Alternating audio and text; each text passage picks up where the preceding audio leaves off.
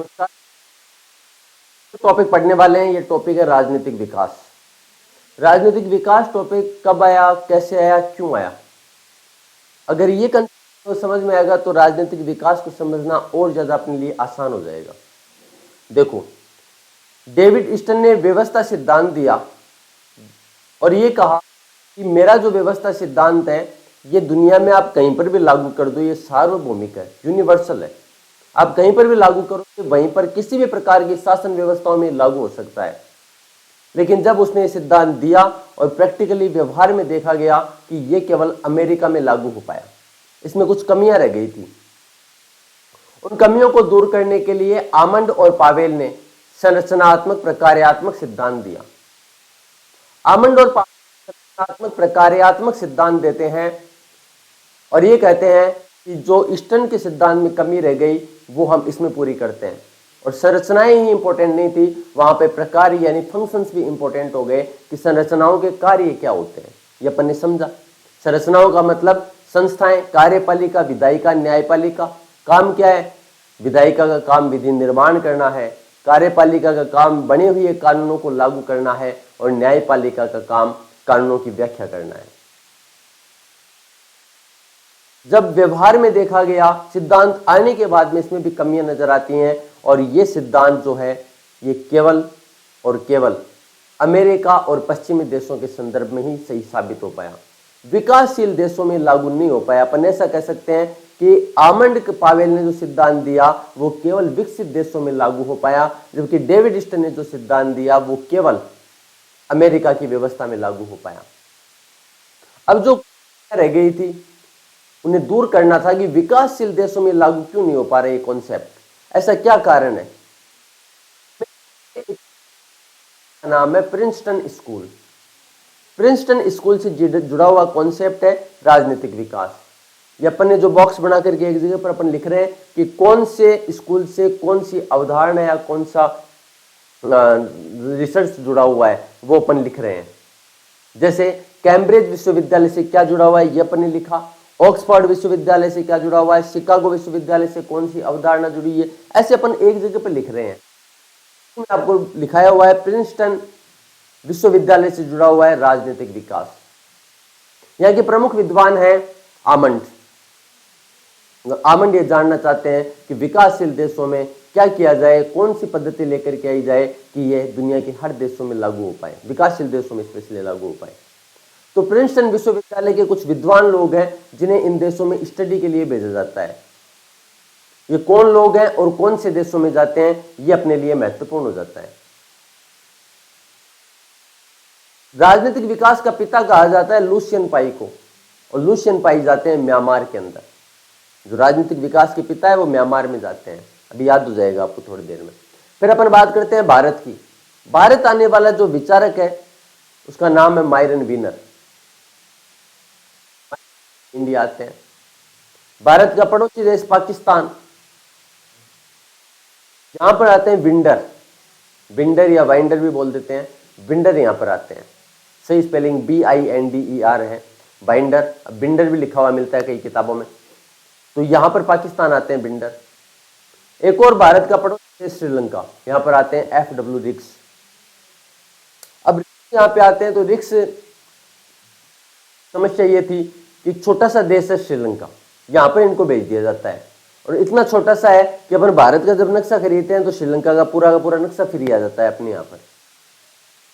तो यहाँ पर जल्दी से स्टडी कंप्लीट हो गई रिक्स की।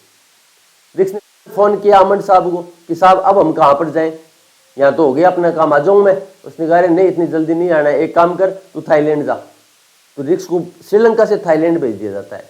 तो रिक्स श्रीलंका के साथ साथ में थाईलैंड करते हैं। अब थाईलैंड की स्टडी में फटाफट हो जाती है, ज्यादा बड़ा देश नहीं है। और सबसे जल्दी होने का कारण यानी रिसर्च जो जल्दी या फिर जो सर्वे जल्दी हो रहा है उसका समान कल्चर था, समान संस्कृति थी। ज्यादा बिखरी हुई संस्कृति जोड़ नहीं आ रहा था, क्योंकि बिखरी हुई संस्कृति नहीं होती है तो वोटिंग बिहेवियर एक सा ही होता है। बहुत सारी संस्कृतियां होती हैं तो वहां का वोटिंग बिहेवियर अलग अलग टाइप का होता है। वहां भी स्टडी कंप्लीट हो गई, औरों की अभी चल रही थी। तो आमंड ने फिर से मना किया कि नहीं, अभी रुक, अभी नहीं आना है तुम्हें यहाँ पर, तो अब कहाँ जाऊँ गुरुजी? तो उसने कहा तो अब तेरे को छोटे छोटे देश मिले, अब तो एक काम कर बड़े सारे देश में जा, और उसे भेज देते हैं चाइना। तो रिक्स श्रीलंका, थाईलैंड और चाइना की स्टडी करते हैं, जहां पर ये लोग जाते हैं स्टडी के लिए।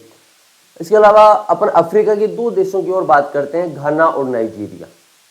घाना और नाइजीरिया। घाना जाते हैं डेविड एप्टर और नाइजीरिया जाते हैं कोलमैन। अवधारणा में लोग कौन शब्द देते हैं अपने अपने, ये मीनिंग बताते हैं। इन्हें पूछा जाता है कि बताओ भाई राजनीतिक विकास क्या है, आपने दिन किया है कि राजनीतिक विकास क्या है, तो बताइए आप राजनीतिक विकास है क्या। अब यहां पर उत्पन्न हो जाती है, राजनीतिक विकास क्या है। कोई कहता है कि अगर आधुनिकीकरण हो गया, मॉडर्नाइजेशन हो गया, मॉडर्नाइजेशन कौन सा साहब, पॉलिटिकल वाला मॉडर्नाइजेशन या फिर इकोनॉमी वाला मॉडर्नाइजेशन? तो एक व्यक्ति तो कहता है इकोनॉमी वाला मॉडर्नाइजेशन होना चाहिए, दूसरा कहता है पॉलिटिकल वाला मॉडर्नाइजेशन होना चाहिए। इनमें डिफरेंस है। देखो, पॉलिटिकल मॉडर्नाइजेशन का मतलब है कि जहां पर डेमोक्रेसी है, जहां पर वाक अभिव्यक्ति की स्वतंत्रता है, उसे मॉडर्न डेमोक्रेसी कंट्री कहा जाता है, मॉडर्नाइजेशन कहा जाता है पॉलिटिकल लैंग्वेज में। और इकोनॉमिक मॉडर्नाइजेशन जहां पर चकाचौंध हो, जैसे जब बोलते हैं अपन इसको कि जैसे अपन अमेरिका के किसी शहर में जब उतरते हैं और रात का टाइम होता है तो अपने को लगता है कि यही ऐसी होगी शायद सोने की लंका, तो वैसी कुछ कल्पना आप कर सकते हैं। वो आधुनिकीकरण है, इकोनॉमी से जुड़ा हुआ। कोई कहता है यदि इंडस्ट्रियलाइजेशन है तो वहां पर पॉलिटिकल डेवलपमेंट है, राजनीतिक विकास है। ऐसे सब अपने अपने तरीके से अलग अलग तरीके से बताते हैं। अब नंबर आता है लुसियन पाई का। कैसे लुसियन पाई राजनीतिक विकास के पिता कहे जाते हैं। लुसियन पाई से आमंड पूछते हैं कि तू बता भाई, तुमने भी स्टडी की है, तुम भी गए हो विकासशील देशों में स्टडी करने के लिए, इनमें से क्या सही है?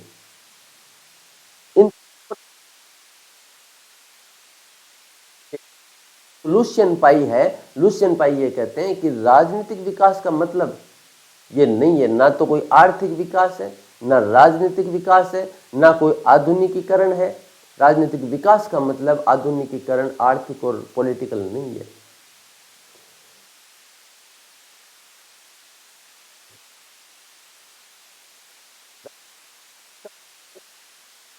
नहीं है। आप जो कह रहे हैं कि एजुकेशन बहुत अच्छी हो जाए तो पॉलिटिकल डेवलपमेंट हो जाएगा, ऐसा भी नहीं है। तो फिर क्या बताओ पॉलिटिकल डेवलपमेंट? तो सबके जो डिसीजंस थे, सबके जो रिजल्ट्स थे, कंक्लूजन थे, उन सबको नकार दिया जाता है लुसियन पाई के द्वारा। और फिर क्या कहा जाता है राजनीतिक विकास के बारे में, ये इंपॉर्टेंट प्रश्न है। तो राजनीतिक विकास की 3 विशेषताएं बताते हैं लुसियन पाई: समानता, क्षमता और विभेदीकरण।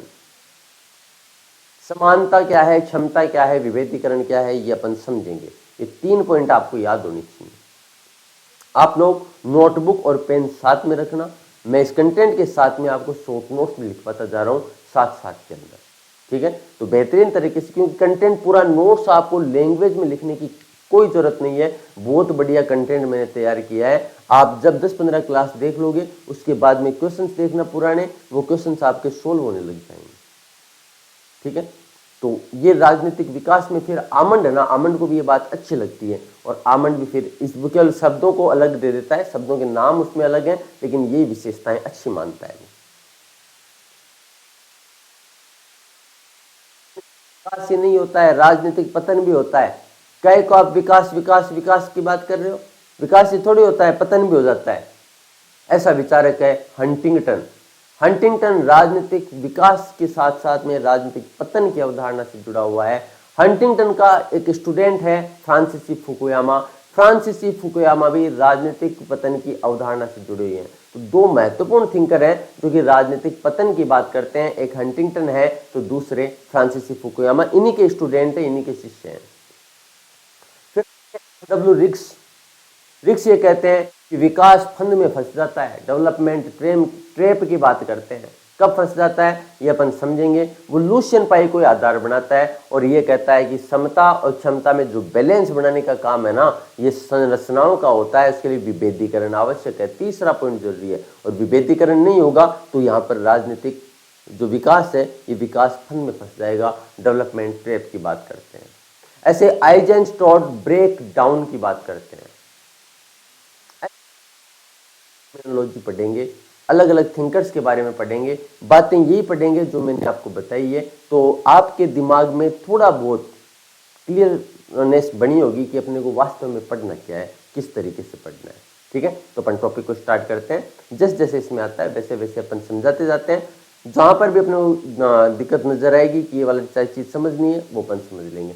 बाकी आप मुझे व्हाट्सएप पे मैसेज कर सकते हो, आपके पास में यहाँ नंबर दिए हैं, डिस्क्रिप्शन बॉक्स में लिंक दिया हुआ है टेलीग्राम चैनल का, वहां जाकर के आप कमेंट कर सकते हैं। यदि कोई डाउट है तो ठीक है, आप यहाँ पर कमेंट कर सकते हैं। आपके पास में ऑप्शन हैं बहुत सारे, और ये वाली क्लास ऐप के ऊपर भी, ऐप का भी लिंक दिया हुआ है यहाँ पर, आप ऐप के ऊपर जाकर के भी वहां पर कमेंट कर सकते हैं कि आप कोई क्लास कैसे लगी, समझ में आया कि नहीं आया, या कोई डाउट है तो समझ में आया कि नहीं आया, ऐसा तो कोई वो है ही नहीं, समझ में तो आना ही है। यदि अपन ने पढ़ा है इसको तो समझ में 100% आएगा।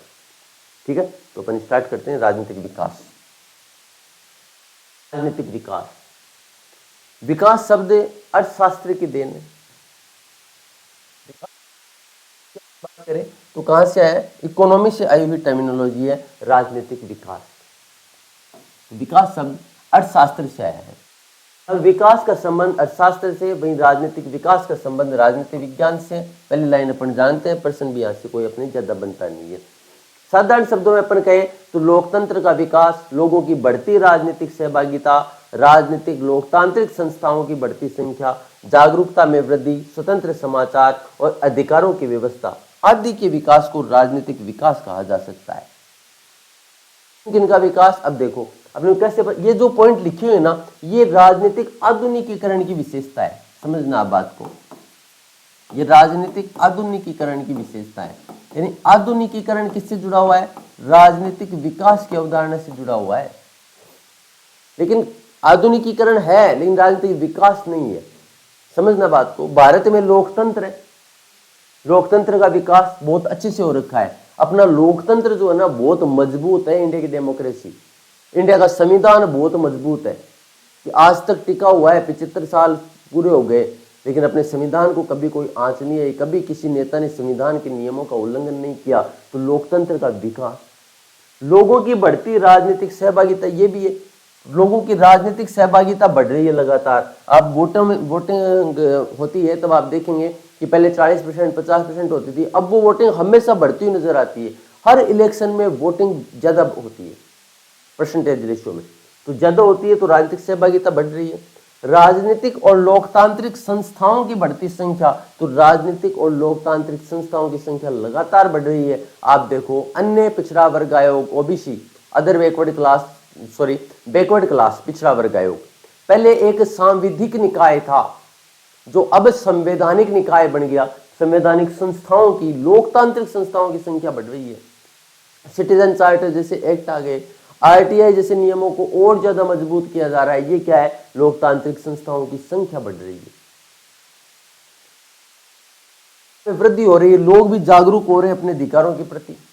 स्वतंत्र संचार यानी वाक अभिव्यक्ति की स्वतंत्रता होनी चाहिए, तो वाक अभिव्यक्ति की यहाँ पर अपने स्वतंत्रता है। अधिकारों की व्यवस्था है अपने पे, मौलिक अधिकार अपने संविधान में वर्णित है और मौलिक अधिकारों को गारंटी संविधान के द्वारा दी गई है। ये सबसे बढ़िया बात, इसी मौलिक अधिकार में ये बात लिखी गई है। तो अधिकारों की व्यवस्था है, तो ये सब क्या है, ये सब राजनीतिक विकास का पर्याय मानते हैं अपन। लेकिन आप खुद देखो ये सारी व्यवस्था भारत में है, लेकिन भारत में राजनीतिक विकास नहीं है, भारत में राजनीतिक विकास नहीं है, जबकि राजनीतिक आधुनिकीकरण है। तो इसका क्या मतलब हो गया कि जरूरी नहीं है कि जहां पर आधुनिकीकरण होता है वहां पर राजनीतिक विकास भी हो, ये कोई जरूरी नहीं होता है।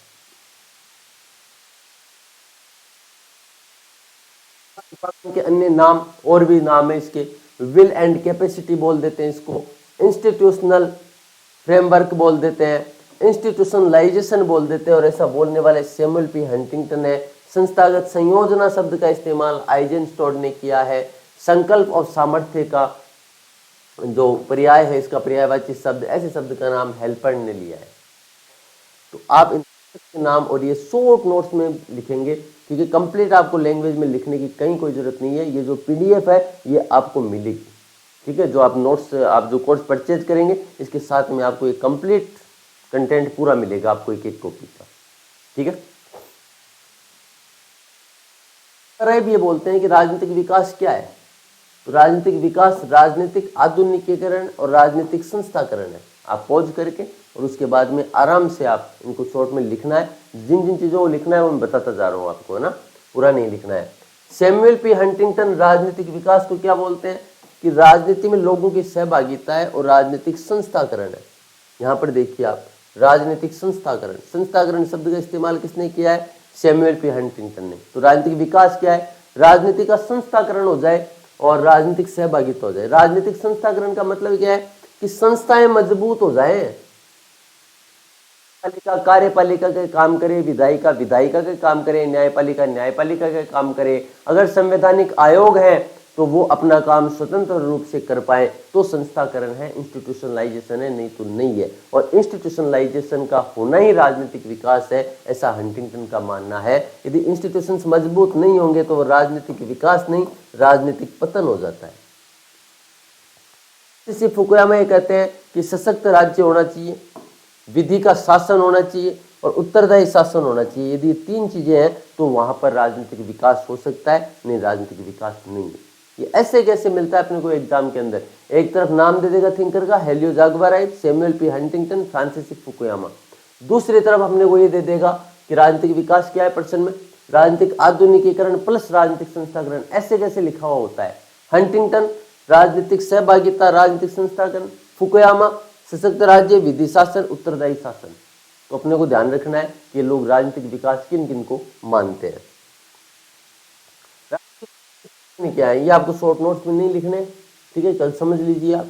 राजनीतिक विकास, जो विकास की अपन बातें कर रहे हैं कि राजनीतिक विकास क्या है, जैसे ये लोग मान रहे हैं कि राजनीतिक सहभागिता होनी चाहिए, राजनीतिक संस्थाकरण होना चाहिए, विधि का शासन होना चाहिए, तो फिर वहां पर राजनीतिक विकास है, नहीं तो नहीं है। तो राजनीतिक विकास होगा कैसे, कौन करेगा ये चीजें, ये संस्थाकरण करने वाले लोग कौन है, ठीक है। अपन बहुत बार ऐसा बोलते हैं कि अपन सिस्टम के पार्ट है, अपन मतलब ये इंडिया में सिस्टम खराब है, बहुत ज्यादा ट्रैफिक रहता है, कोई मैनेजमेंट नहीं है। अपन भी उसी सिस्टम के पार्ट है, अपन उसी सिस्टम के अंदर है।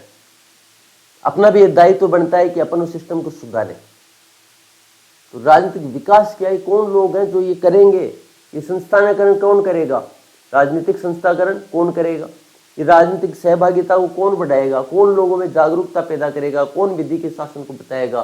तो इसके साधन क्या है, ये करने का दायित्व राजनेताओं का होता है, राजनीतिक दलों का होता है, नौकरशाही का होता है, सेना का होता है, मीडिया का होता है। इन्हें मजबूत होना चाहिए, इन्हें मजबूत किया जाना चाहिए। अब यह राजनीतिक विकास का सिद्धांत आया क्यों है, यह आप पढ़ लेना, प्रश्न यहाँ से नहीं आने। ये जो मैंने आपको बताया है कि राजनीतिक विकास उपागम आने का कारण क्या है, सबसे महत्वपूर्ण कारण क्या था, डेविड स्टन का व्यवस्था सिद्धांत केवल अमेरिका में लागू हुआ, आमंड का संरचनात्मक प्रकार्यात्मक सिद्धांत केवल पश्चिमी देश यानी यूरोप और अमेरिका के अंदर ही लागू हो पाया। तो बाद में मजबूरी ऐसी बन गई कि विकासशील देशों के लिए कौन सा सिद्धांत लाया जाए, इसलिए सिद्धांत आता है, ठीक है। यही पॉइंट्स इसके अंदर घुमा फिरा करके लिखे गए हैं, ठीक है। ये भी एक उपागम आया था, मार्क्सवादी लेनिनवादी उपागम, लेकिन ये उपागम केवल साम्यवादी देशों के लिए ही आया, साम्यवादी देशों में लागू हो पाया। तो तृतीय विश्व के देशों के लिए कौन सी राजनीतिक व्यवस्था लाई जाए, इसके लिए कुछ जो विद्वान थे प्रिंसटन यूनिवर्सिटी के, लिखा हुआ है प्रिंसटन यूनिवर्सिटी के विद्वान, तो आप ये लिखेंगे कि राजनीतिक विकास के अध्ययन के लिए प्रिंसटन विश्वविद्यालय के विद्वानों को अलग अलग देशों में भेजा गया। अब किनको कहां कहां भेजा गया, तो लिखा हुआ है मायरन विनर इंडिया आते हैं, भारत का जो पड़ोसी देश है, यहाँ पर बाइंडर विंडर, ठीक है, बिंडर है, ये स्पेलिंग ये आती है BINDER, ठीक है। बाइंडर भी बोल देते हैं, बिंडर भी बोल देते हैं। इन्हें भेजा जाता है पाकिस्तान और Iran, La Palombara Italy, James Coleman Nigeria, David Apter Ghana जाते हैं। राजनीतिक विकास के पिता कहे जाते हैं लुसियन पाई, इनको म्यांमार भेजा जाता है। रिक्स कहाँ कहाँ जाते हैं मैंने बताया, श्रीलंका जाते हैं, जल्दी से दिन कर लेते हैं। थाईलैंड भी छोटा सा देश था, बाद में इनको चाइना भेज दिया गया, बड़े सारे देश में। तो ये अपने को याद करने का तरीका मैंने आपको बता दिया है। सबसे पहले इंडिया का याद करना है, फिर पाकिस्तान के बाद में श्रीलंका छोटा सा देश है, तो वो व्यक्ति 2 और देशों में जाता है, थाईलैंड और चाइना के अंदर, जिसका नाम FW रिक्स है।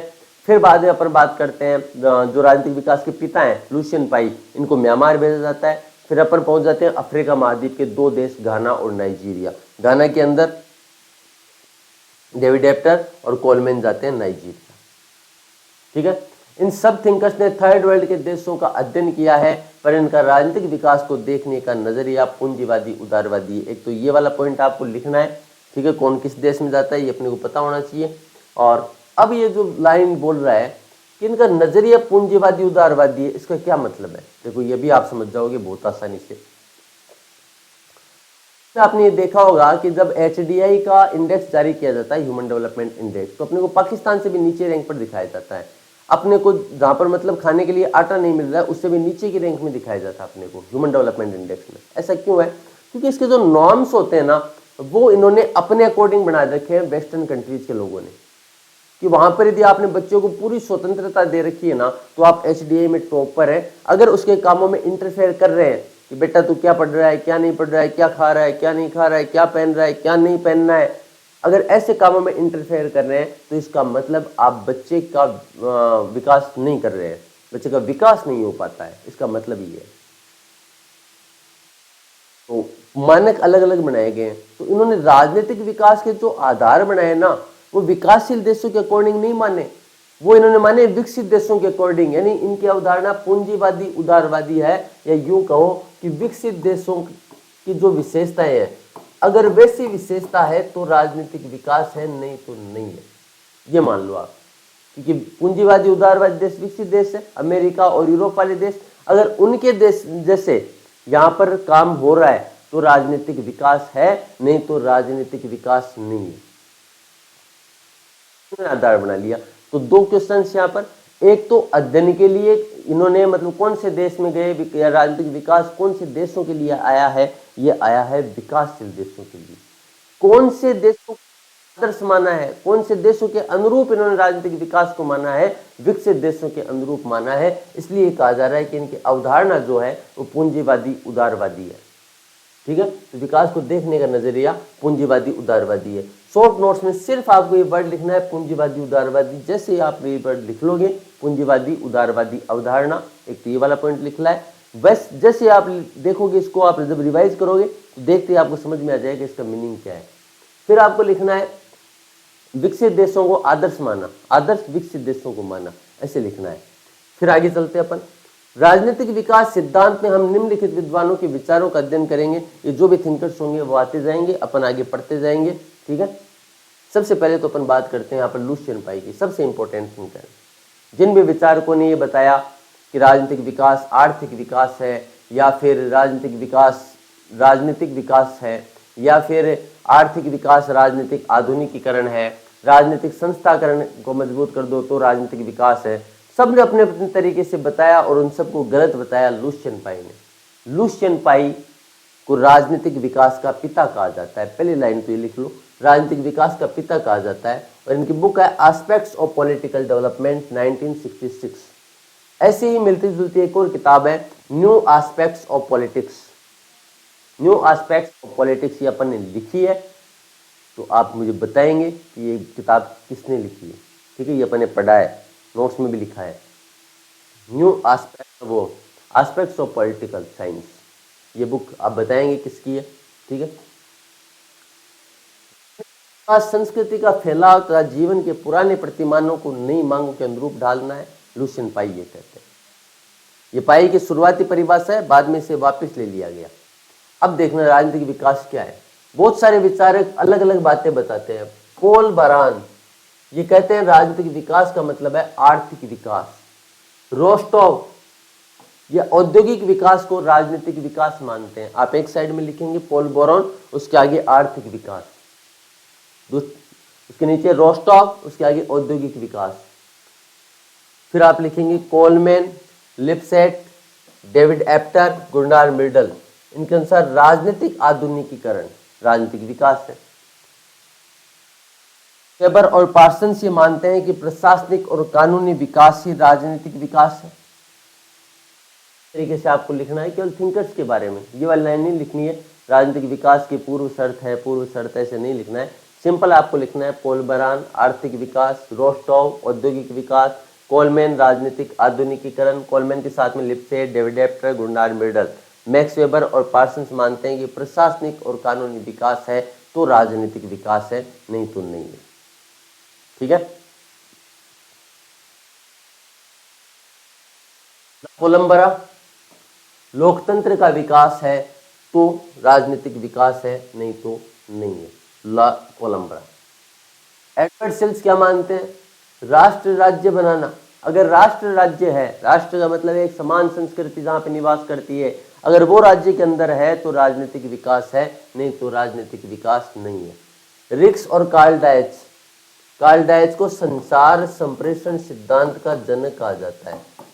संचार संप्रेषण सिद्धांत का जनक कहा जाता है कार्ल डायच को। तो ये कार्ल डायच और रिक्स ये मानते हैं कि स्थायित्व है और व्यवस्थाबद्ध परिवर्तन हो रहा है। स्थायित्व का मतलब है कि स्टेबिलिटी है शासन सत्ता में, ऐसा नहीं कि बीच बीच में चुनाव हो रहे हैं। अगर स्थायित्व है और व्यवस्थाबद्ध परिवर्तन हो रहा है तो वह राजनीतिक विकास है, नहीं तो नहीं है। इसके बारे में अपने को याद करना है और टिप्स पे याद होना चाहिए कौन से थिंकर ने किसकी बात कही है। अब आप कहेंगे तो बहुत सारा हो जाएगा, तो देखो जब अपन एमसीक्यूज निकालेंगे ना, तो जैसे जैसे अपन एमसीक्यूज निकालेंगे वैसे वैसे ही अपने को याद होता जाएगा। फिर जेबी नेटल बोलते हैं परिभाषित प्राथमिकताओं की समस्या। से होगी, अब किसको प्राथमिकता दें, किसको प्रायोरिटी दी जाए, तो ये जो समस्या है इसको ये बोलते हैं नेटल परिभाषित प्राथमिकताओं की समस्या की बात की है नेटल ने। ये वाली बात लिखनी है अपने को, परिभाषित प्राथमिकताओं की समस्या नेटल करते हैं। लुशियन पाई इन्हें क्राइसिस ऑफ सेंटमिक कंफ्यूजन कहते हैं, सेमेंटिक कंफ्यूजन कहते हैं, अर्थ या परिभाषा का भ्रम। तो परिभाषित प्राथमिकताओं का संकट है, ये शब्द यूज में लिया है नेटल ने। और परिभाषाओं का भ्रम या अर्थ का भ्रम, ये कौन है? लुशियन पाई। इंग्लिश में वर्ड देख लेना, सेमेंटिक कंफ्यूजन। तथा परिभाषा की बजाय राजनीतिक विकास के लक्षण बताता है और ये कहते हैं कि इन परिभाषाओं को छोड़ो, मैं आपको बताता हूं कि वास्तव में राजनीतिक विकास क्या है। तो उसकी विशेषता बताता है, लक्षण बताता है, इन्हें डेवलपमेंट सिंड्रोम कहता है। तो डेवलपमेंट सिंड्रोम शब्द का प्रयोग किसने किया है? लुशियन पाई ने किया है। डेवलपमेंट सिंड्रोम का इस्तेमाल किसने किया है? लुशियन पाई ने किया है। और कितने डेवलपमेंट सिंड्रोम बताएगा? 3 डेवलपमेंट सिंड्रोम बताता है, ये अपने को याद होना चाहिए। समानता, क्षमता, विभेदीकरण। समानता, क्षमता और विभेदीकरण। समानता, क्षमता और विभेदीकरण सिंड्रोम। ये क्या है? समानता, क्षमता, विभेदीकरण। इनको अपन समझते हैं। इक्वलिटी, कैपेबिलिटी और डिफरेंशिएशन। राजनीतिक विकास के 3 संलक्षण बताता है, समानता, क्षमता और विभेदीकरण है। ये मैं आपको बताता हूं अभी, समानता, क्षमता, विभेदीकरण क्या है।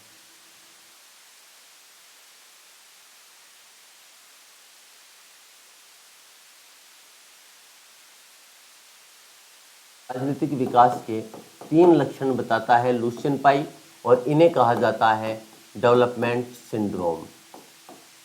डेवलपमेंट सिंड्रोम, ठीक है। समानता, क्षमता और तीसरा है विभेदीकरण। लिखते जाओ मेरे जैसे, इक्वलिटी, कैपेबिलिटी और डिफरेंशिएशन, या फिर पहले समझ लो बाद में आप लिख लेना, ठीक है। थोड़ी ब्लरिंग आ रही है।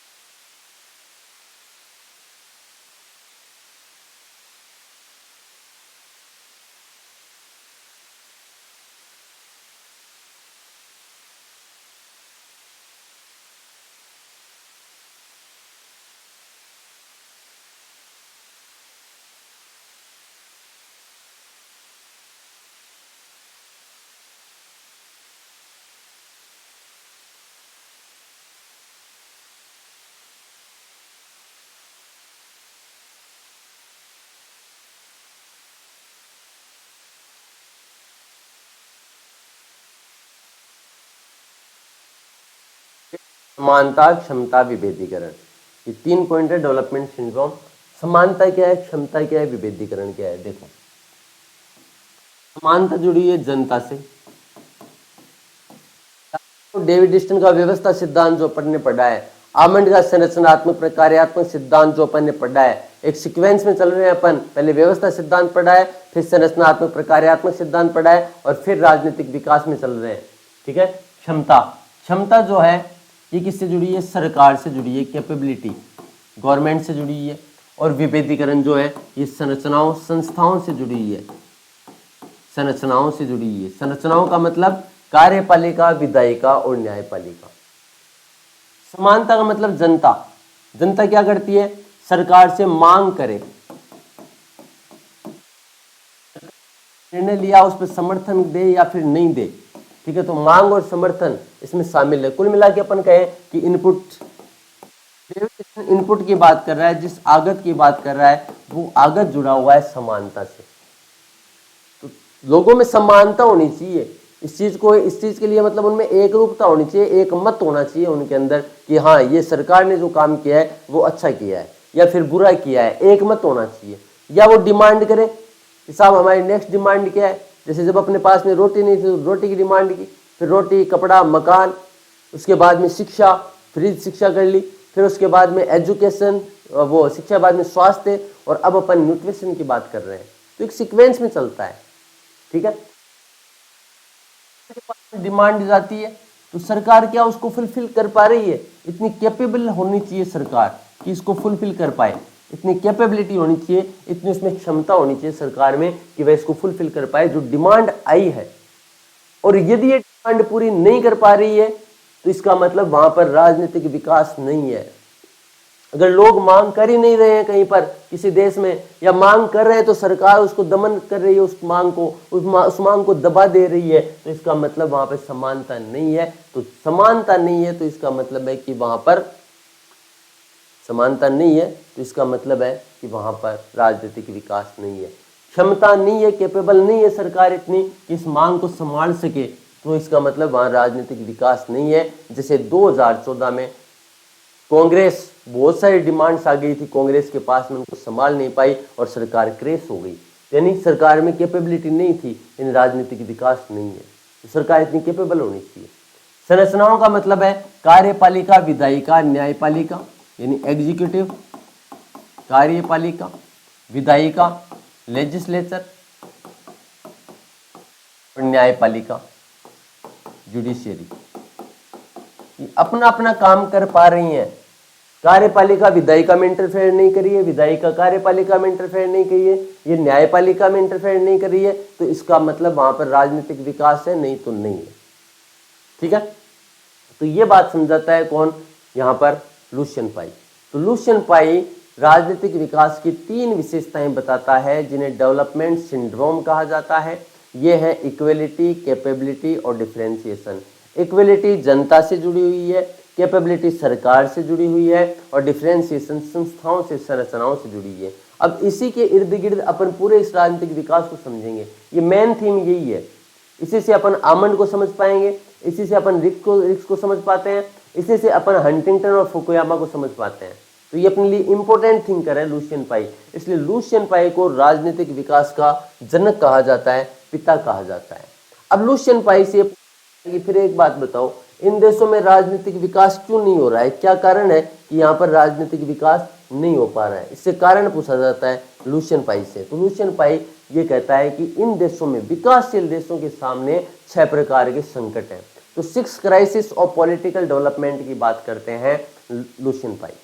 6 क्राइसिस बताते हैं पॉलिटिकल डेवलपमेंट के। क्या क्या क्राइसिस बताते हैं, लुशियन पाई के अनुसार प्रत्येक राजनीतिक व्यवस्था के सामने 6 संकट आते हैं, और अगर कोई राजनीतिक व्यवस्था इन क्राइसिस से निपट लेती है तो वहां पर राजनीतिक विकास हो जाता है, नहीं तो नहीं हो पाता है। पाई ने सिद्धांत यूके से लिए हैं, ब्रिटेन से लिए हैं। क्या क्या है ये क्राइसिस, पहला है आत्म परिचय का संकट, पहचान का संकट बोल सकते हैं, आइडेंटिटी क्राइसिस। क्या है आइडेंटिटी क्राइसिस, आइडेंटिटी क्राइसिस है कि देश के बजाय वहां पर धर्म, वंश, जाति, भाषा, इनको प्राथमिकता दी जाती है। आज भी मैं आपको राजस्थान का एग्जाम्पल बता दूं, ज्यादा दूर नहीं जाए अपन। जब मेवाड़ या मारवाड़ ये नाम आपने सुने होंगे, या मेवाड़ की तरफ जाते हैं, मारवाड़ की तरफ जाते हैं, तो यहाँ पर ये देखने को मिलता है कि कुछ ऐसे लोग रहते हैं आज भी। इनसे पूछा जाए आपका देश का क्या नाम है, तो वो बताते हैं हम तो मेवाड़ देश से आए हैं, हम मारवाड़ देश से आए हैं। मतलब उनमें अपना जो क्षेत्र है ना, बस वहां तक ही सीमित है। वो उस नेशन तक नहीं पहुंचे, उस राष्ट्र प्रेम तक नहीं पहुंचे जो कि इंडिया के नाम से उनको जाना जाना चाहिए था कि हमारा देश है वो भारत है। अपनी पहचान इन देशों में, सभी देशों की समस्याएं, ये सारे विकासशील देशों की समस्या है, ऐसी केवल भारत की नहीं है, ऐसा कहना है लुसियन पाई का। यही कारण है कि यहाँ राजनीतिक विकास नहीं हो पाता है, यहाँ आइडेंटिटी क्राइसिस है, वैधता का संकट, लेजिटिमेसी क्राइसिस। देखो लेजिटिमेसी क्राइसिस है ना, एक किताब का भी नाम है, और किताब लिखने वाला जो थिंकर है इसका नाम है हेबरमास। ठीक है, हेबरमास ने ये बुक लिखी है लेजिटिमेसी क्राइसिस। क्या है वो तो अपन डिटेल में समझेंगे कि हेबरमास कैसे समझाता है, लेकिन यह ध्यान रखना। तो लेजिटिमेसी क्राइसिस दूसरा क्राइसिस बताता है 6 में से लुसियन पाई। ये कहता है सत्ता को जन सहमति प्राप्त नहीं हो, यदि जनता स्वीकार नहीं करे जो सत्ता में है, उसके खिलाफ आंदोलन कर दे और वो सत्ता छोड़ने को तैयार नहीं हो। विकासशील देशों में ये भी देखने को मिलता है, जैसे अरब स्प्रिंग के टाइम पर 2010-12 के अंदर 10 से 12 तक में के कार्यकाल में ट्यूनीशिया, लीबिया, सीरिया, मिस्र, जॉर्डन, ये जो देश हैं यहाँ पर ये देखने को मिला था कि वहाँ पर 60-60, 70-70 साल से सत्ता पर काबिज थे गद्दाफी जैसे नेता, वो सत्ता को छोड़ नहीं रहे थे और जनता ने फिर आंदोलन कर दिया था। तो वहाँ पर भी राजनीतिक विकास नहीं हो पाता है। या आप अभी ले लो म्यांमार का एग्जाम्पल। म्यांमार में सत्ता किसके पास में, मिलिट्री के पास में, और मिलिट्री के साथ में जन सहमति नहीं है, लोगों की सहमति नहीं है वहां मिलिट्री के साथ में, तो सत्ता को जन सहमति प्राप्त नहीं होती है, वैधता का संकट आ जाता है। परिविष्टि, अंतः प्रवेश का संकट, इंसर्शन। इंसर्शन क्या होता है, अंतः प्रवेश का संकट, यानी ग्रास रूट तक लोकतंत्र का वितरण नहीं हो पाता है। अपने यहाँ पर ग्रास रूट तक लोकतंत्र का वितरण है, ग्राम पंचायतों तक का गठन किया गया अपने यहाँ पर, गांव गांव के अंदर पंचायतें हैं, और ग्राम पंचायतों के गठन के बाद में गांव का विकास भी हुआ है।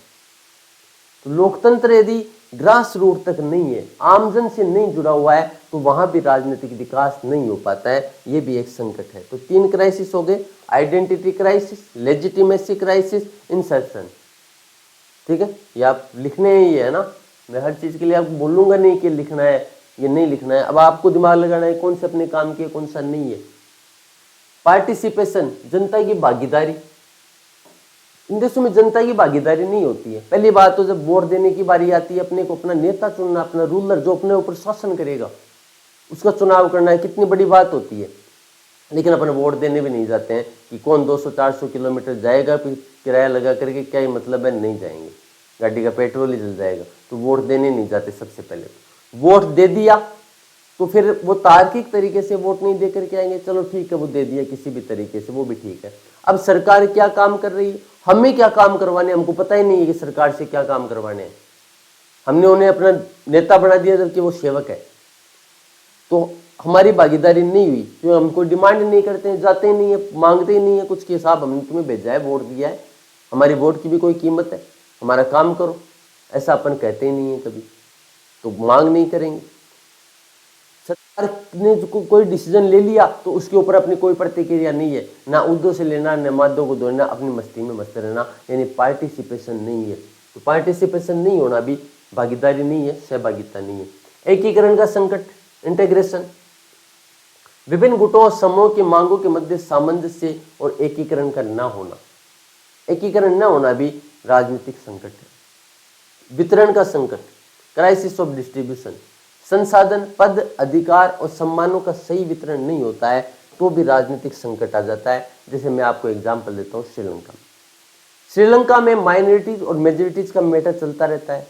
वहां पर उन्होंने जो मेजोरिटीज है ना, वहां पर है सिंगली वहां पर ज्यादा है, और तमिल लोग हैं वो है कम, वहां पर माइनॉरिटीज है। तो तमिल में क्या किया सरकार ने, वोटों के लिए इनका एक साथ बड़ा वोट अपने को मिल जाएगा, सिंगली समुदाय के लिए काम कर दो। तो सिंगली समुदाय के लिए बड़े स्तर पर काम किया गया। क्या क्या, सिंगली की भाषा को राजभाषा घोषित कर दिया, संविधान के अंदर दर्जा दे दिया गया, सिंगलियों के लिए विशेष प्रोविजन कर दिए गए संविधान में, तमिलों के लिए कुछ नहीं। तो वहां पर लिट्टे का गठन किया गया, फिर वो लिट्टे को आतंकवादी संगठन घोषित कर दिया।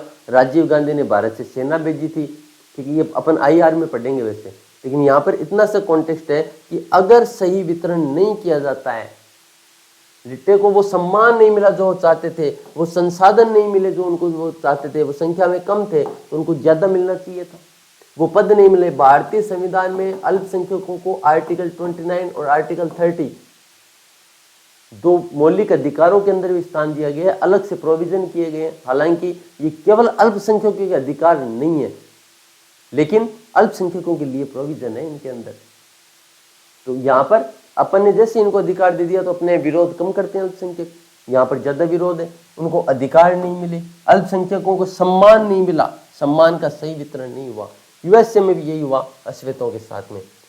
भारत में दलित जातियां आज भी संसाधन वितरण से वंचित हैं, जातियां संसाधन वितरण से वंचित हैं, ठीक है। तो वितरण का संकट ये 6 क्राइसिस बताता है, 6 संकट बताता है लुशियन पाई, ये अपने को याद होने चाहिए।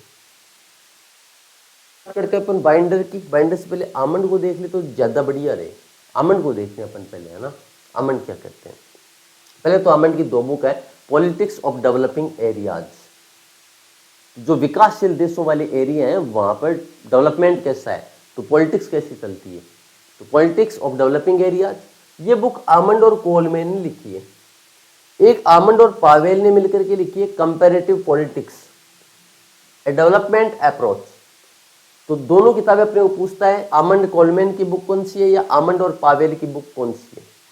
दोनों बुक्स अपने को पता होनी चाहिए, अपने को ध्यान में होनी चाहिए। राजनीतिक विकास क्या है, संस्कृतिकरण से जोड़ता है, भूमिका विभेदीकरण से जोड़ता है। भूमिका विभेदीकरण क्या है, जो मैंने अभी आपको विभेदीकरण बताया है, डिफरेंशिएशन बताया है लुशियन पाई का, वही भूमिका विभेदीकरण है, कोई अंतर नहीं है। संस्कृति का लौकिकीकरण, संस्कृति का लौकिकीकरण क्या है, जो समानता है आप लुशियन पाई की, वही संस्कृति का लौकिकीकरण है।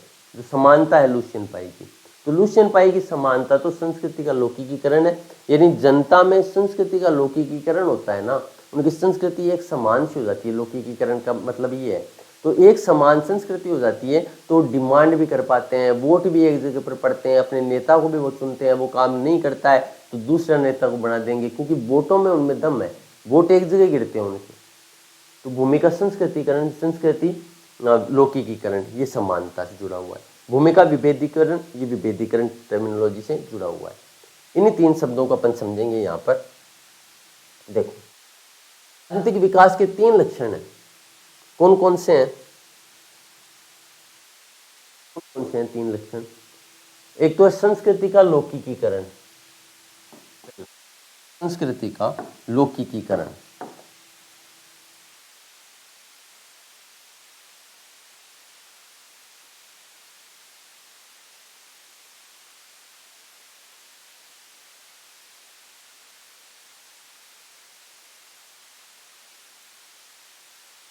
संस्कृति का लौकिकीकरण,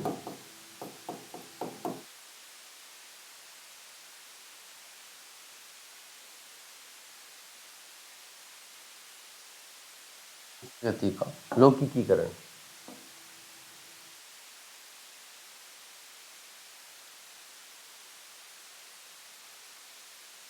उपव्यवस्था स्वायत्तता, यहां लिखता हूं मैं, उपव्यवस्था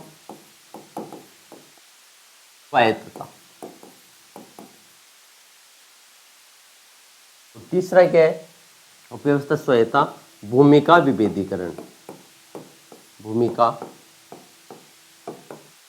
विभेदीकरण। ये क्या है, ठीक है, ये वैसे के वैसे ही है जैसा लुशियन पाई बताता है। लुशियन पाई की 3 विशेषताएं अपने को पता होनी चाहिए, समानता, यह है क्षमता, और यह है विभेदीकरण। तो लुशियन पाई की समानता, क्षमता, विभेदीकरण ही आमंड के क्या है, केवल नाम बदले इसने, संस्कृति का लौकिकीकरण, उपव्यवस्था स्वायत्तता, भूमिका विभेदीकरण। देखो, राजनीतिक संस्कृति से जुड़ा हुआ विचारक है आमंड, महत्वपूर्ण। आमंड को राजनीतिक संस्कृति का जनक कहा जाता है, राजनीतिक संस्कृति का पिता कहा जाता है। कैसे? देखो, ये विकासशील देशों में जब ये सारे सिद्धांत आ जाते हैं राजनीतिक विकास वाले जो अपन पढ़ रहे हैं, उसके बाद में राजनीतिक संस्कृति पढ़ेंगे अपन। तो राजनीतिक संस्कृति में क्या होता है, ये देखता है कि इन देशों में फिर भी अलग अलग क्यों है ये विचारधारा है। कहीं पर देखो विकासशील देश तो एक से हैं, जैसे विकसित देश एक से हैं, उनमें कहीं भी जाओ आपको एक सी व्यवस्था ही दिखती है, ज्यादा चेंजेस नहीं दिखते हैं वहां पर, लोगों का वोटिंग बिहेवियर समान सा दिखता है। लेकिन विकासशील देशों में आप जाओ, म्यांमार में जाते हैं मिलिट्री का रूल है, नेपाल में जाते हैं वो कहते हैं हमारे तो वापस मोनार्की सिस्टम ला दो, राजतंत्र व्यवस्था ला दो। भूटान में जाते हैं वो कहते हैं हमारे तो राजतंत्र का शासन बढ़िया है, हम तो खुश हैं।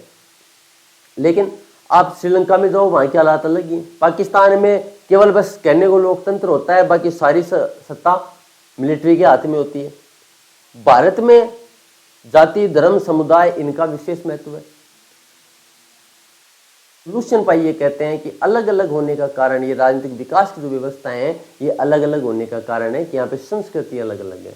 तो संस्कृति का लौकिकीकरण होना चाहिए, यानी लोग डिमांड कब करेंगे, लोगों में समानता कब आएगी, जब संस्कृति का लौकिकीकरण होगा।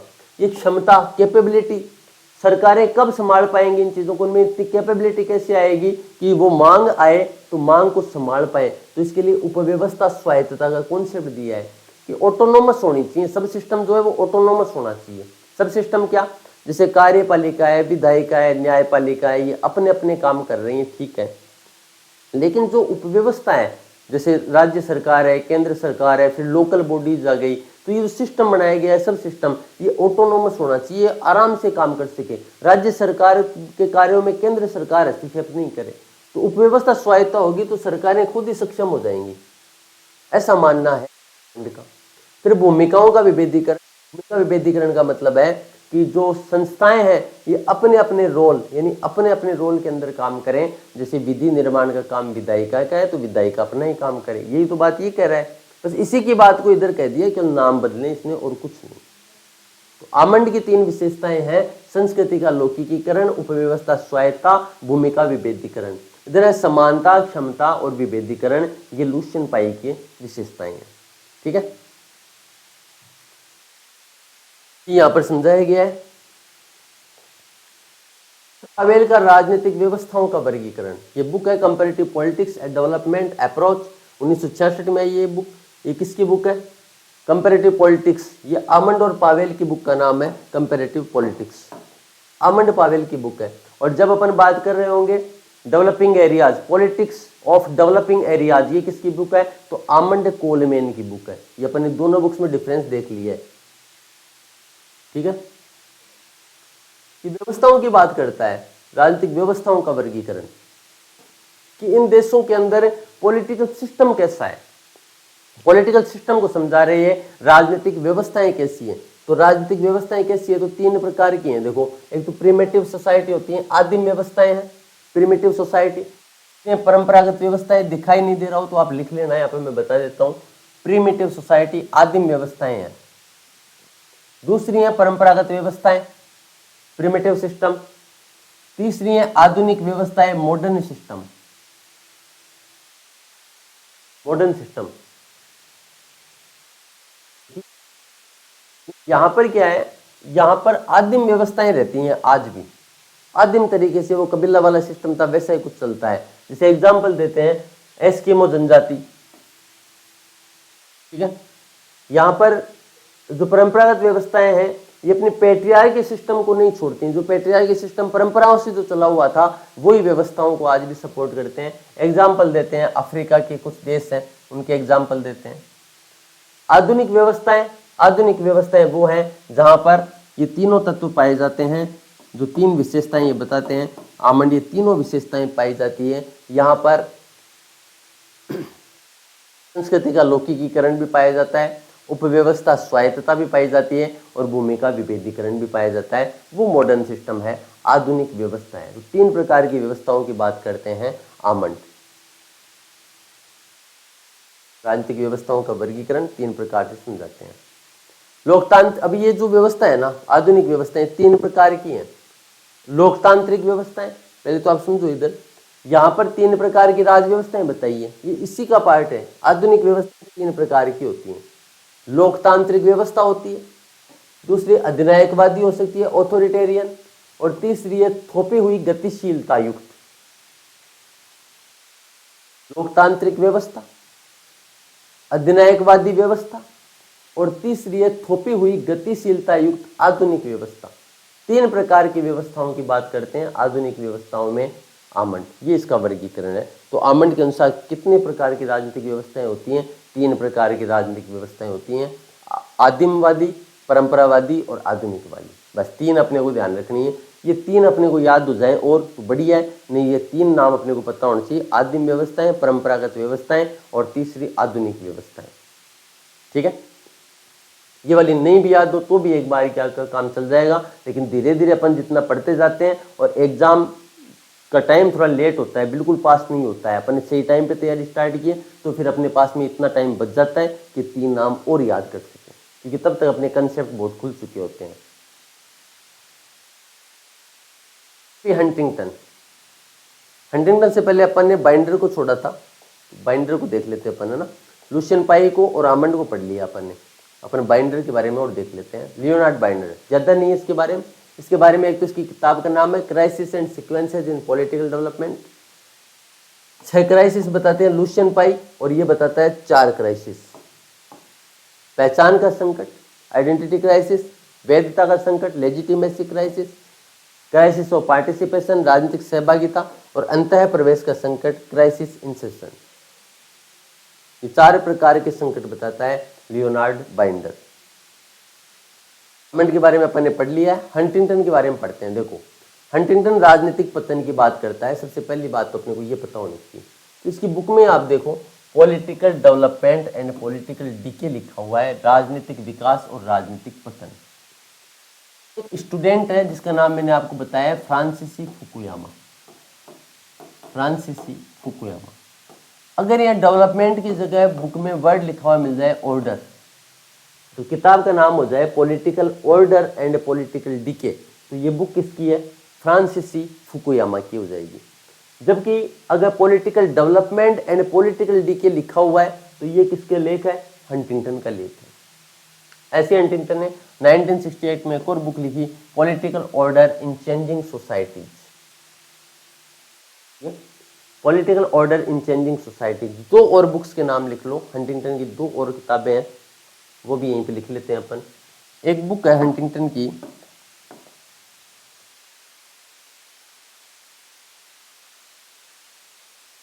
लग आ रहा है इसमें, है ना, मैं बता देता हूँ, आप लिख लो।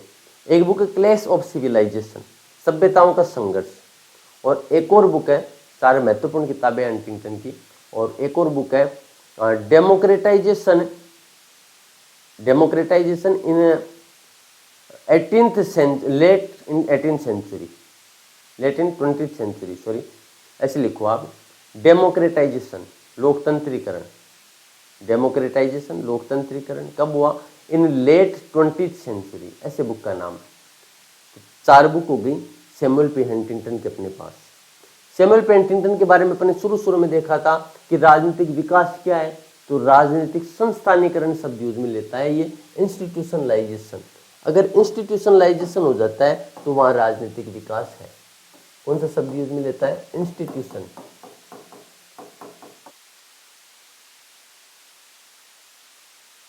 इंस्टीट्यूशनलाइजेशन, संस्थानीकरण। अगर संस्थानीकरण हुआ है तो राजनीतिक विकास है। संस्थानीकरण, तो सैमुअल पी हंटिंगटन संस्थानीकरण की बात करते हैं, इंस्टीट्यूशनलाइजेशन की बात करते हैं। अब इंस्टीट्यूशनलाइजेशन का क्या मतलब है? अपन पढ़ने हैं, अभी पढ़ा है अपन ने कि लुशियन पाई के अनुसार राजनीतिक विकास की विशेषता क्या है? 3 पॉइंट, समानता, क्षमता, विभेदीकरण। आमंड के अनुसार क्या है? संस्कृति का लौकिकीकरण, उपव्यवस्था स्वायत्तता, और तीसरी है भूमिका विभेदीकरण। इसमें जो विभेदीकरण वर्ड वाला आया ना, भूमिका विभेदीकरण और विभेदीकरण, डिफ्रेंशिएशन, ये क्या समझा अपन ने कि संस्थाओं में विभेदीकरण होता है, यानी संस्थाएं अपना अपना काम करेंगी, सेपरेशन होगा उनके अंदर। कार्यपालिका, विधायिका, न्यायपालिका अपना अपना काम करेंगी, सेपरेशन होगा। तो ये जो सेपरेशन की बात यहाँ की जा रही है ना, वो क्या है? इंस्टीट्यूशनलाइजेशन है। कि इंस्टीट्यूशंस इतने मजबूत होने चाहिए, संस्थानीकरण होना चाहिए उनके अंदर। इंस्टीट्यूशंस जितने ज्यादा मजबूत होंगे उतना ही ज्यादा राजनीतिक विकास होगा, ऐसा हंटिंगटन का मानना है। और इंस्टीट्यूशनलाइजेशन नहीं हुआ तो वहां पर विकास की जगह पतन हो जाएगा। क्यों? क्योंकि समानता क्षमता में बैलेंस कौन बनाएगा? अगर इंस्टीट्यूशंस मजबूत होंगे तभी तो बन पाएगा, इंस्टीट्यूशन ही मजबूत नहीं होंगे तो फिर समता समानता में बैलेंस नहीं बन पाएगा और राजनीतिक विकास की जगह राजनीतिक पतन हो जाएगा। ऐसी बात आगे अपन पढ़ेंगे, रिक्स भी करते हैं, लेकिन वो राजनीतिक पतन शब्द यूज में नहीं लेते हैं, वो शब्द यूज में लेते हैं विकास फंड, डेवलपमेंट ट्रैप की बात करते हैं। अनुक्रमिक अवस्थाएं हैं, अनुक्रमिक मतलब ये सीक्वेंस में आती हैं तीनों व्यवस्था। राजनीतिक पतन कैसे होता है इसको समझाते हैं। 3 अनुक्रमिक अवस्थाएं हैं जो कि सीक्वेंस में आती हैं। पहला तो है सत्ता की तार्किकता, रेशनलाइजेशन ऑफ एडमिनिस्ट्रेशन, सत्ता की तार्किकता। दूसरा है राजनीतिक कार्यों में विभेदीकरण और तीसरा है अभिवृद्धि राजनीतिक सहभागिता। 3 पॉइंट देखो, लिखो आराम से। सत्ता की तार्किकता, अब भी आपको राजनीतिक पतन समझ में आ जाएगा, ऐसा समझ आ जाएगा आप दोबारा जिंदगी में नहीं भूलोगे। सत्ता की तार्किकता, राजनीतिक प्रकारों में विभेदीकरण और अभिवृद्ध राजनीतिक सहभागिता। सबसे पहले तो क्या होगा? सत्ता की तार्किकता। सत्ता की तार्किकता का मतलब है अपन ने 3 प्रकार की सत्ताएं भी पढ़ी है अपन ने, किसके अनुसार? आमंड के अनुसार कि 3 प्रकार की राजनीतिक व्यवस्था होती है। पहले व्यवस्था क्या बढ़िया है, क्या तार्किक है, क्या आदिम व्यवस्था? नहीं, तार्किक नहीं है। दूसरी पढ़ी परंपरागत व्यवस्था है, वो भी तार्किक नहीं है, परंपराओं को थोपने की कोशिश करती है। आधुनिक जो व्यवस्थाएं हैं उनमें आप ऑथोरिटेरियन को छोड़ दो, बाकी जो आधुनिक व्यवस्थाएं हैं वो ज्यादातर जहां पर कानूनी तार्किक संगतता होती है, जहां पर कानूनी व्यवस्था पाई जाती है, संविधान के अनुसार सरकार चलती है, जनता चुनती है, लोकतंत्र होता है, वहां सत्ता की तार्किकता। तो परंपरागत सत्ताओं के बाद में अगली जो स्टेप आती है ना, वही सत्ता की तार्किकता है। तो परंपरागत सत्ता के बाद में सत्ता की तार्किकता आ गई, ये इसने मान लिया है, यहां से शुरुआत की है। अब सत्ता की तार्किकता सीक्वेंस में बढ़ेगी। संविधान बना दिया और उसमें लिख दिया अपने, प्रोविजन कर दिया अनुच्छेद 395 तक बना करके कि कार्यपालिका क्या करेगी, विधायिका क्या करेगी, न्यायपालिका क्या करेगी, अलग अलग प्रोविजन बना दिया अपन, ये मान लो, ये सत्ता की तार्किकता हो गई। अब क्या होगा? उसके अनुसार काम करना पड़ेगा संस्थाओं को, यानी राजनीतिक प्रकारों में विभेदीकरण हो गया। 3 प्रकार हो गए। 3 कार्य कौन सी हुई है? कानून बनाना, कानून को लागू करना, कानून की व्याख्या करना, ये 3 काम हो गए। अब इन 3 कामों को लागू करवाने का काम है इन संस्थाओं का, कार्यपालिका, विधायिका और न्यायपालिका का। ये दूसरी स्टेप पे आई और इतना हो जाएगा ना, तब जनता की सहभागिता बढ़ेगी, राजनीतिक सहभागिता बढ़ेगी। तो 3 अनुक्रमिक सीक्वेंस में व्यवस्थाएं आती हैं। सबसे पहले सत्ता की तार्किकता आती है, दूसरे नंबर पर फिर जो प्रकारिय हैं, राजनीतिक प्रकारिय, उनमें विभेदीकरण आएगा, और तीसरे के अंदर आता है जनता की सहभागिता। 3 पॉइंट याद। अब आमंड ये कहता है कि सीक्वेंस में आते हैं, सॉरी ये हंटिंगटन कह रहा है कि सीक्वेंस में आते हैं, क्रम में आते हैं। अब मान लो दूसरा नहीं आए और डायरेक्ट तीसरा आ जाए, पहले से डायरेक्ट तीसरा आ गया, दूसरा नहीं आया, तो राजनीतिक विकास नहीं होगा, वो राजनीतिक पतन हो जाएगा। समझ लो बात को। यानी ये जो संस्थाएं है ना, ये इंपॉर्टेंट है। भूमिका विभेदीकरण सबसे ज्यादा महत्वपूर्ण है। लुशियन पाई की लैंग्वेज में विभेदीकरण महत्वपूर्ण है और हंटिंगटन भी इसे मान रहा है कि विभेदीकरण बहुत ज्यादा महत्वपूर्ण है। संस्थानीकरण होना चाहिए, संस्थाएं मजबूत होनी चाहिए, अपने अपने कार्यों को करनी चाहिए। यदि अपने कार्यों को नहीं करेंगी तो राजनीतिक विकास की जगह राजनीतिक पतन हो जाएगा। तो हंटिंगटन ने एकल रेखीय विकास को चुनौती दी है, जो एकल रेखीय विकास उसको चुनौती दी है और इसने इस तरीके से समझाने की व्यवस्था की है। 3 चरणों में विकास को समझाया है। ठीक है, राजनीतिक विकास के साथ साथ राजनीतिक पतन भी होता है। राजनीतिक पतन से संबंधित विचारक है हंटिंगटन और दूसरा नाम लिखना, इसी का स्टूडेंट फ्रांसीसी फुकुयामा। राजनीतिक पतन की अवधारणा से जुड़ा हुआ विचारक है फुकुयामा। ठीक है, तो पहले से यदि डायरेक्ट तीसरा चरण आ जाता है तो राजनीतिक पतन होता है, नहीं तो राजनीतिक विकास चलता रहेगा आराम से। ठीक है, लिख रखा है जो बात मैंने बताई है कि जब लोग मांग कर रहे हैं, चेतना, भागीदारी, जनगतिशीलता बढ़ जाती है, मतलब समानता बढ़ गई। इसका मतलब है लुशियन पाई के अनुसार समानता बढ़ गई, और इसका मतलब ये हुआ कि आमंड के अनुसार क्या हो गया, संस्कृति का लौकिकीकरण हो गया। ये दो चीजें बढ़ गई, राइट, संस्कृति का लौकिकीकरण हो गया। मतलब हुआ ना कि लोग मांग कर रहे हैं, चेतना आ गई, भागीदारी हो गई, जनगतिशीलता बढ़ रही है, लेकिन उसके अनुरूप संरचनाओं का विकास नहीं हो पा रहा है, संस्थाओं का विकास नहीं हो पा रहा है, तो राजनीतिक विकास की जगह क्या हो गया, पतन आरंभ हो जाता है, राजनीतिक पतन आरंभ हो जाता है। राजनीतिक विकास क्या है, राजनीतिक संगठन प्लस आर्थिक विकास दोनों साथ नहीं चलेंगे, नहीं तो पतन हो जाएगा। सामाजिक संगठन, सोशल मोबिलाइजेशन, कि हम एक साथ लोगों का पार्टिसिपेशन भी बढ़ाना चाह रहे हैं और आर्थिक विकास भी करना चाह रहे हैं, ऐसा नहीं होता है। जन सहभागिता और संस्थानीकरण, ये बहुत इंपॉर्टेंट है, ये अपन ने पढ़ा था कि किस किस के अकॉर्डिंग राजनीतिक विकास क्या मानते हैं। तो हंटिंगटन राजनीतिक विकास मानता है जन सहभागिता प्लस संस्थानीकरण, ठीक है, इंस्टीट्यूशनलाइजेशन इंपॉर्टेंट है। तो इंस्टीट्यूशंस को मजबूत बनाओ, नहीं तो समानता से डायरेक्ट विभेदीकरण नहीं हो पाएगा।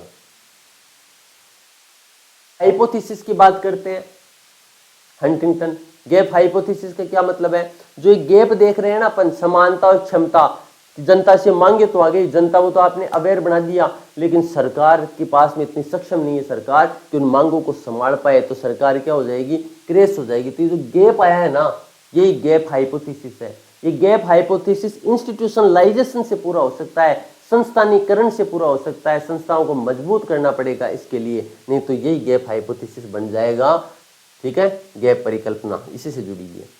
संस्थानीकरण इंपॉर्टेंट है, ठीक है, राजनीतिक सहभागिता और संस्थानीकरण दोनों इंपॉर्टेंट है। और पतन के लक्षण क्या होते हैं, जितनी चीज अपन ने पढ़ी है वो सारी चीजें हंटिंगटन से रिलेटेड जितने क्वेश्चंस आए हैं अभी तक एग्जाम्स में, वो सारे अपन ने देख लिए, ठीक है। ये आगे आपको श्रद्धा हो तो आप रीड कर लेना, बाकी जो जो मैंने बताया है वो शॉर्ट नोट्स में आप लिख लेना, ठीक है। ये इंपॉर्टेंट पॉइंट एक और कि राजनीतिक विकास को सामाजिक और आर्थिक आधुनिकीकरण करने वाला विचारक है हंटिंगटन। लुशियन पाई और कोलमैन दोनों को एक ही मानते हैं, सामाजिक विकास और आर्थिक विकास को एक ही मान लेते हैं, आर्थिक आधुनिकीकरण और सामाजिक आधुनिकीकरण को एक ही मानते हैं लुशियन पाई, जबकि हंटिंगटन इन दोनों में परिवर्तन वो अंतर करता है, डिफरेंस मानता है कि आधुनिकीकरण में समाज का आधुनिकीकरण अलग होता है, आर्थिक आधुनिकीकरण अलग होता है। इसीलिए तो अभी अपन ने पढ़ा था कि आर्थिक विकास राजनीतिक विकास नहीं है, ऐसा मानता है हंटिंगटन। ये राजनीतिक पतन की अवधारणा जो अपन ने पढ़ी, ये बुक का नाम आई गया था political order in changing societies, 4 books लिखा दी मैंने आपको हंटिंगटन की, ठीक है। जुड़ा हुआ है राजनीतिक पतन से, राजनीतिक पतन से जुड़ा हुआ विचारक है एक और हंटिंगटन का, इसी से फ्रांसिसी फुकुयामा, ठीक है। और पतन कैसे रोका जाएगा तो मैंने आपको बता दिया है। राजनीतिक विकास का मतलब ही है राजनीतिक सहभागिता और राजनीतिक संस्थानीकरण, लिख लिया है ये अपन ने, दोबारा नहीं लिखना है, शॉर्ट नोट्स में तो नहीं लिखना है, ठीक है। एक एक लाइन आपको समझ में आएगी, पढ़ना आपको पड़ेगा ही। मायरन विनर है, इसने इंडिया के संदर्भ में काम किया था। मायरन विनर को अपन तब पढ़ेंगे जब अपन भारत की इंडिया की डायनेमिक्स पोर्शन वाला यूनिट पढ़ रहे होंगे, तब अपन इसको पढ़ेंगे डिटेल के अंदर, ठीक है। अभी के लिए तो देखो इतना ही पढ़ेंगे अपन, बाकी इसमें अभी और भी थिंकर्स बाकी हैं। आप यहाँ पे देख 56 स्लाइड है इसमें, अभी 37 तक पहुंचे अपन, मतलब अभी लगभग 30-40 मिनट की क्लास और बची हुई है, वो अपन नेक्स्ट सेशन में देखेंगे। आज के लिए इतना ही था। अपन ने किन किन थिंकर्स को पढ़ाया अभी तक, जितने थिंकर्स मैंने शुरू में बताए थे अभी तो उनमें ही रह रहे हैं, रिक्स रह रहा है, आइजेनस्टाइन रह रहा है। फिर इसके बाद में देखो राजनीतिक विकास में एक और पॉइंट आता है, ये तो अपन विशेषताएं पढ़ रहे थे, एक अपन पढ़ेंगे राजनीतिक विकास की अवस्थाएं कि किस तरीके से डेवलपमेंट होता है, जिसमें अपन रोस्टोव को मेनली पढ़ेंगे, सबसे इंपॉर्टेंट है वहाँ पर रोस्टोव और ऑर्गेन्सकी, इन 2 थिंकर्स को तो अपने को बहुत अच्छे से पढ़ना है, वो अपन नेक्स्ट सेशन में करेंगे, ठीक है। Thank you, lot of thanks.